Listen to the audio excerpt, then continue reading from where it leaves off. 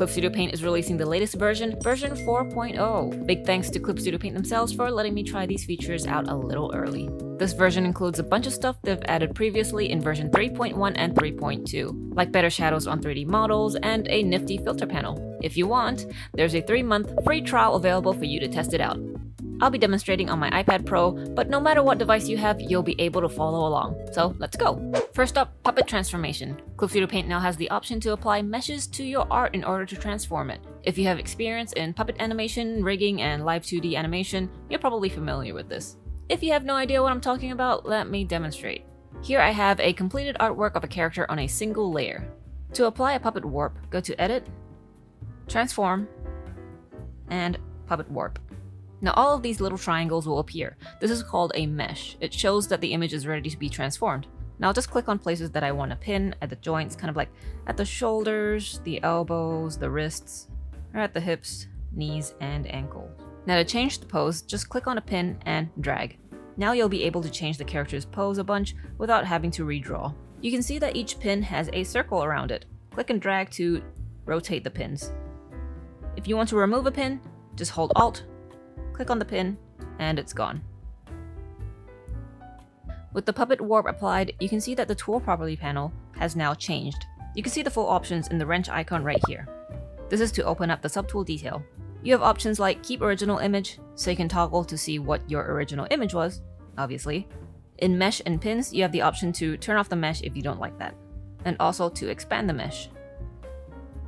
If you're done with transforming, just hit OK, and it'll apply. Here's before and after. The character doesn't have to be front-facing like I showed you. This could work with other poses as well. I could pin on her hair and other parts as well. You could also have parts overlap, but the pin has to be added last. If I want this hand to go over the shoulder, I have to hit the shoulder first, then the elbow, then the wrist. Move this up, and you can see that the artwork is covering over this part right here, because it was pinned last. I'll hit OK.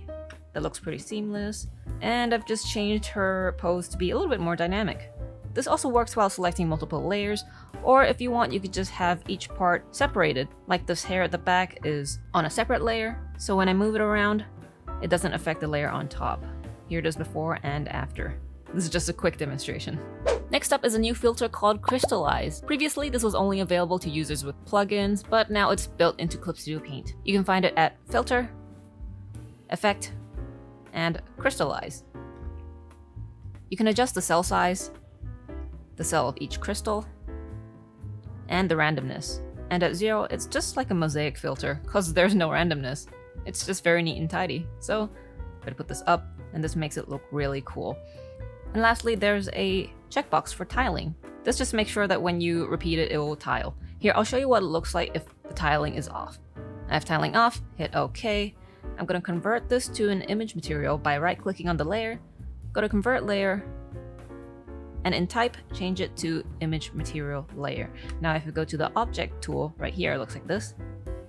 You can see in the tool property, I have the option to tile it. So this just turns it into a pattern. Let me shrink this, and while yeah, it's a pattern, you can obviously see the square, the edges around it. Now, let me just undo this. Go to Filter again, Crystallize, and make sure I hit Tiling. Hit OK, let's convert again. Check on tiling, and shrink this down. You can see the very obvious difference, that the edges are now blended into each other. This would be really awesome for patterns and textures. Another filter added is Lens Blur. While Gaussian Blur just evenly blurs your whole artwork, Lens Blur has more depth to it, much like a photograph. It's in Filter, Blur, and Lens Blur.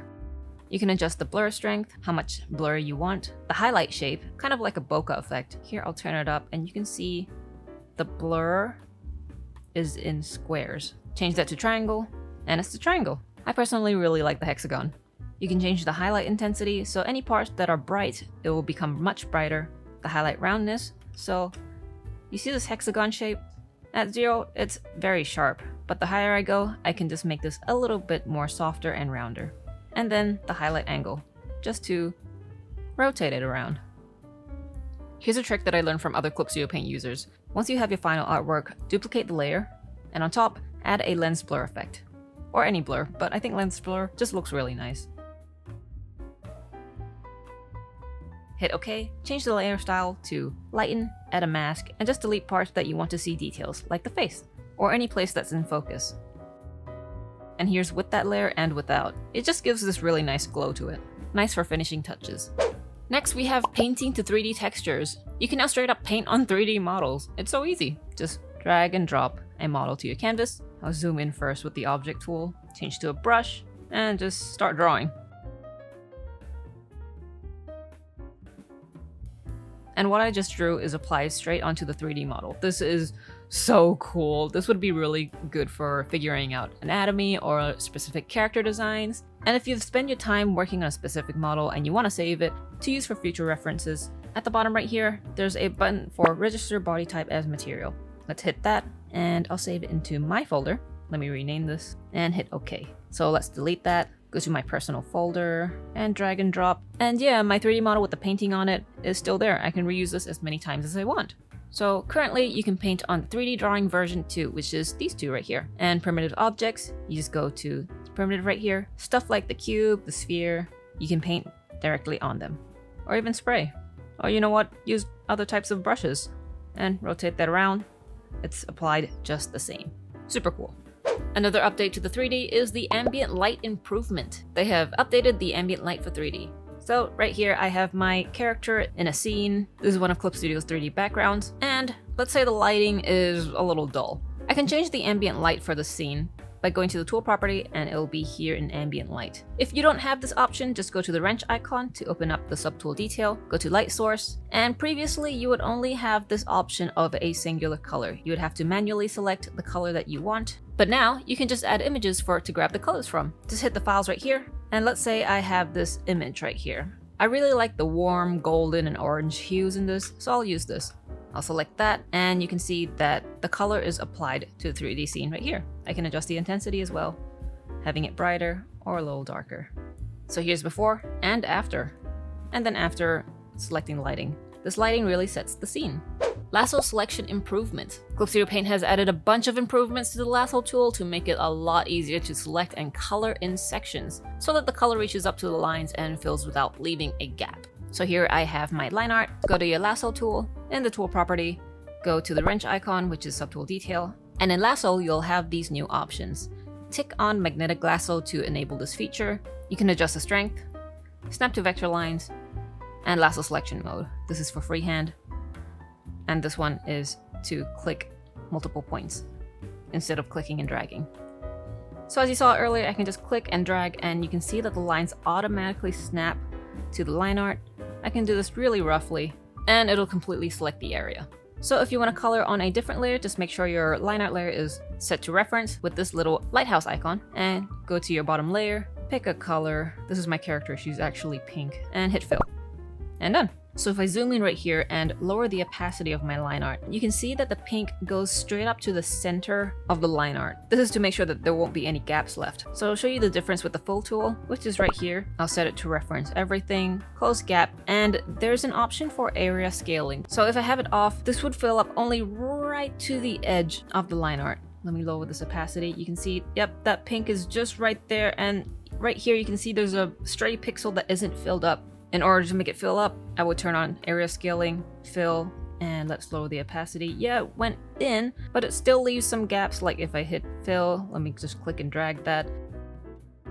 There, you'll see that there's still some gaps left. This is my personal art process. I would fill and then go to adjust line width to make sure that everything fills. But with this new update, I can just go with the lasso tool, select the parts, hit fill, and then deselect. It's done. You can see the whole thing is already filled up to the brim of the line art. The same applies to vector layers. I just converted this layer to a vector layer. You can see I can adjust the lines, and the magnetic lasso works just the same. Cool. Preview support for color settings and dialogue changes. Personally, I'm really excited for this one. A bunch of color settings now preview when selecting color. It's a really simple but much needed quality of life improvement. As a quick example, you can see the paper layer that comes with every canvas. Changing the color would not preview on this canvas right here, but now it does. Previously, I would have to make a regular layer, fill it, then use the hue saturation to just figure out which color that I really want, hit OK, make sure I select it, go to the paper layer, go to color history, and it's right there, the color that I wanted, that I previously selected. But now I don't have to go through all those steps anymore. I can just double click the paper layer and see the color preview right before my very eyes. Here's some other settings where the colors are previewed live. Changing colors of the text in the tool property palette, and a border effect layer color in the layer property palette. Changing the colors of vector lines, balloons, focus or speed lines, and 3D outlines. You can change all of these in the Object Tools tool property. Changing colors in a gradient for a gradient layer or a gradient map. Snap feature improvements. This new version has some new snapping features. You can find them all up here in View, down here in Snap. Here they all are. So the first one I'm going to show you is Snap to Objects. Make sure this is ticked on. And with the Object tool, this one right here, I'll be able to move objects around, and you can see these little lines popping up as I move it around. They're snapping to each other. So here I have a text layer, an image material layer, and a vector layer. You can see all the anchor points on this one. And also a comic border.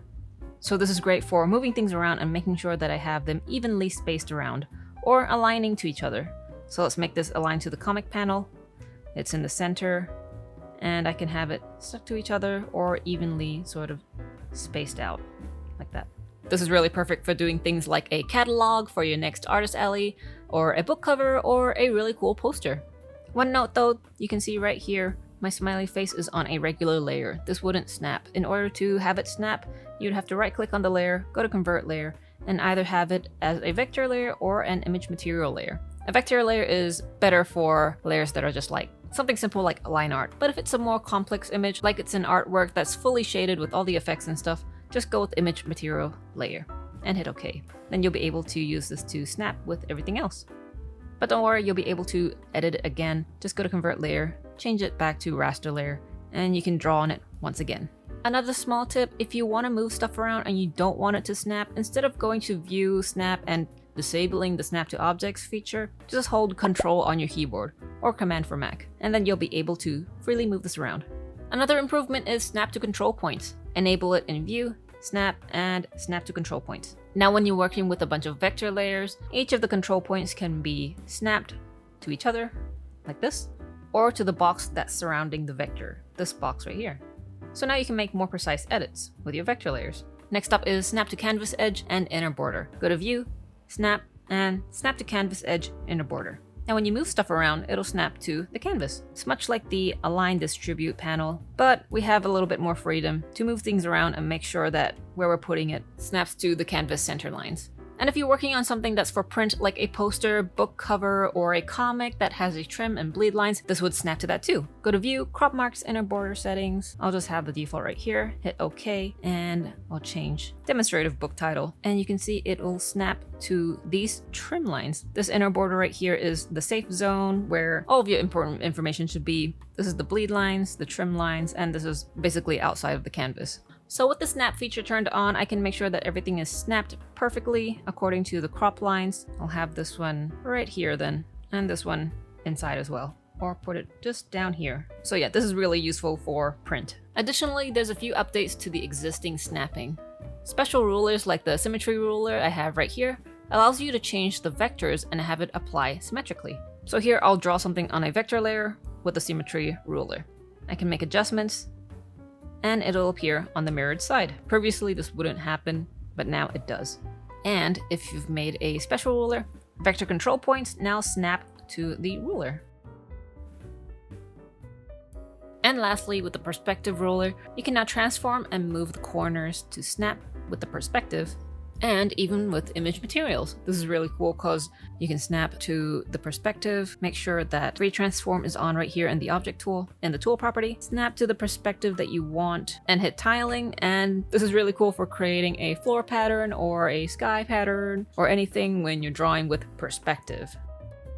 Next is support watermark for batch export. This next update is only for the EX version of Clip Studio Paint. So they've now added a watermark feature that applies to all of the pages of your comic. Once you finish with your comic, just go to File, Export Multiple Pages, Batch Export, select the settings that you want, and hit OK. And at the bottom will be a watermark section. Just scroll down here a bit, select Watermark, and here you have the watermark settings.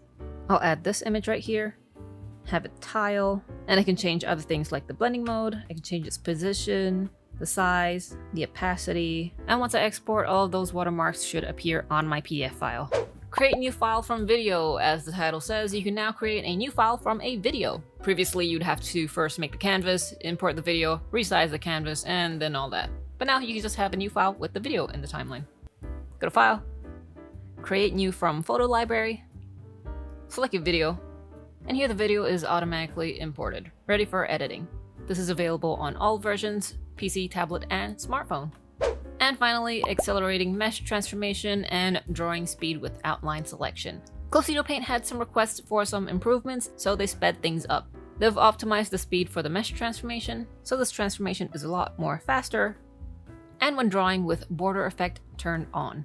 You can find the border effect in layer properties, increase the thickness, and when you're drawing, Clubcedo Paint is much more faster, even with a thick border on. In previous versions, these two functions used to be quite slow, but now it's a lot faster. So that's all the main features coming specifically to version 4.0. What do you guys think of these new features? Which one are you most excited for? Let me know in the comments, I would love to read about them. If you'd like to review this version yourself or learn more about it, head over to the link in the description for more information. Thanks for watching!